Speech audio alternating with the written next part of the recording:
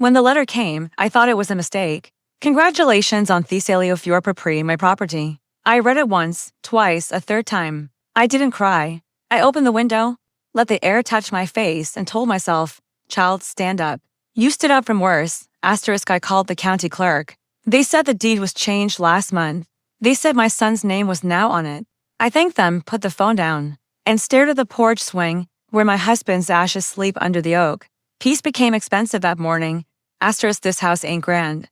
The roof sighs when it rains. The floor remembers every step I ever took after surgery. But it's mine, the way a scar is yours. I bought that armchair when my boy turned 7, polish still wet on the wood. The smell of lemon oil in the room. We didn't have plenty. We had soup, stories, and a God who listens if you talk soft. I told Marcus, baby, don't buy me a mansion. Buy yourself a backbone. He laughed, kissed my cheek, and promised both. When he brought that young woman, Tanya. She called me Miss Lila. Not Mama. Not Mama. Miss Lila.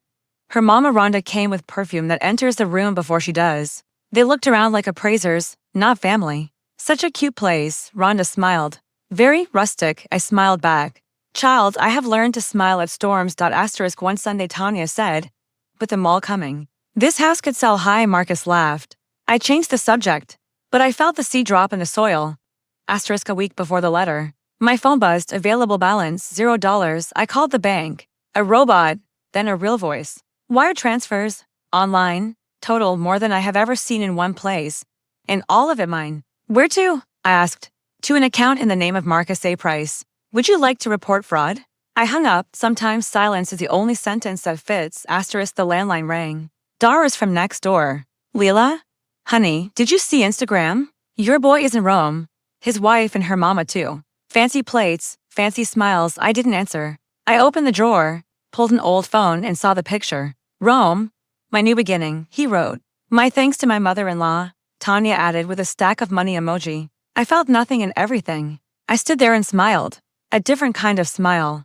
The kind a woman wears when something inside has finally stopped begging. I was 14 cleaning houses in Brentwood, learning the names of other people's detergents. At 17, pregnant and alone, I tied a scarf and kept working. At 23, I sold my daddy's patch of red Georgia earth so my boy could start college. I told the neighbors my son's gonna be an accountant. He became many things. Accountant was not one of them. If love was a ledger, mine never asked to be balanced. I once took him fried chicken and greens to his new building. The doorman said, I'm instructed not to let you up if you come unannounced. I said thank you, as if I was asking for too much. I walked home. Not the bus. I needed the city to scrape the ache from my bones. That night Doris brought pie. Maybe he'll come to his senses, she said. Children do. I told her. But sometimes they come back to ashes. My neighbor Brenda used to keep books for a pharmaceutical firm. She sat at my table, small glasses on her nose. Lila, this is elder financial abuse, she whispered. She taught me to pull statements on the bank portal, to circle withdrawals, to watch. We found a signature that looked like mine but wasn't. We found a draftful. My house, my savings. All left to Marcus upon my death. I traced a pen stroke with my finger and said, he tried to kill me on paper. Brenda didn't answer. Some sentences asked for prayer, not words. Across the ocean. Rome glowed like a light-old well. Tanya laughed on a balcony, whispering into her phone. Yes, the money's here. When we get back, we open in Spain and let Jackson go. Rhonda snorted. He's slow. He won't notice. The old lady? She'll die before the bills. Water ran off Marcus's back. He heard it. Guilt is a quiet animal. It doesn't bark. It sits at your feet and stares. I went to Walter, the boy who loved me before life pulled us apart. Now a retired lawyer with boxes of papers and a patient mind. We filed a report, forged signature, attempted property transfer, suspicious transactions. We used the clause that freezes funds when an elder is exploited. We sent copies to 3 places I can't pronounce without glasses. And then I put on a pot of beans and waited. Not the waiting of a helpless woman. The waiting of winter, when it knows spring will come whether anyone believes it or not. I bought a red notebook. On the first page I wrote, I will not scream. I will document. I will not curse. I will count. The clinic called. The blood work frowned at me. Leukemia, the doctor said. Voice like a hallway light. 6 months. Maybe more. Maybe less. I asked if dying in a hospital made death kinder. He said no. I thanked him, tied a scarf over my thin hair, and went home. Peace is not a soft pillow. Sometimes peace is a hard bench where you learn to sit up straight. Sometimes love must hurt the one you love so the hurting stops. In Roma heartbeat dread. Then another.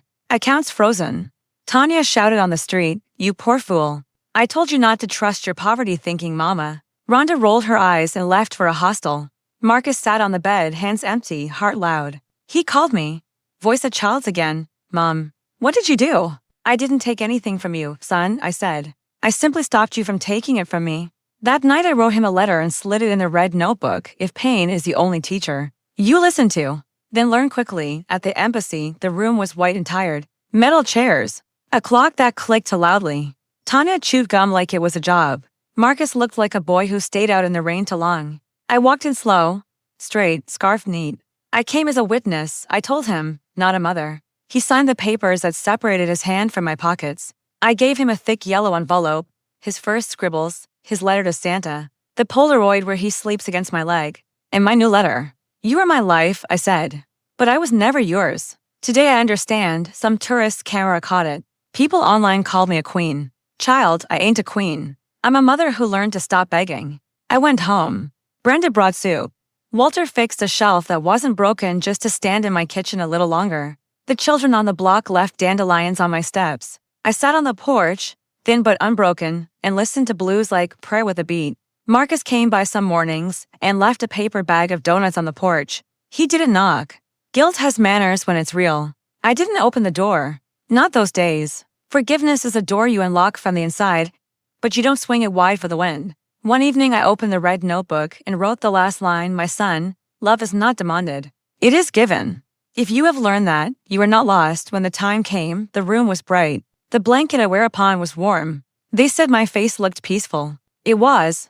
I had finished the work. At the wake the neighbors sang. No fancy flowers, just the ones children could pick without getting fussed at. Asterisk asterisk. Marcus found the envelope with his name. He read in a whisper and cried like a roof finally letting rain through. He sat in my chair and looked at the sky. Maybe he lost his mother. Maybe he found himself. If you're listening tonight with a heart that hurts, take this from Aunt Lila. Choose peace. Not the kind that hides, the kind that stands. Tell me your city in the comments. Tell me your story. I'll sit here on this porch swing with you until the creek sounds like a hymn. Thank you for staying with me, Aunt Lila.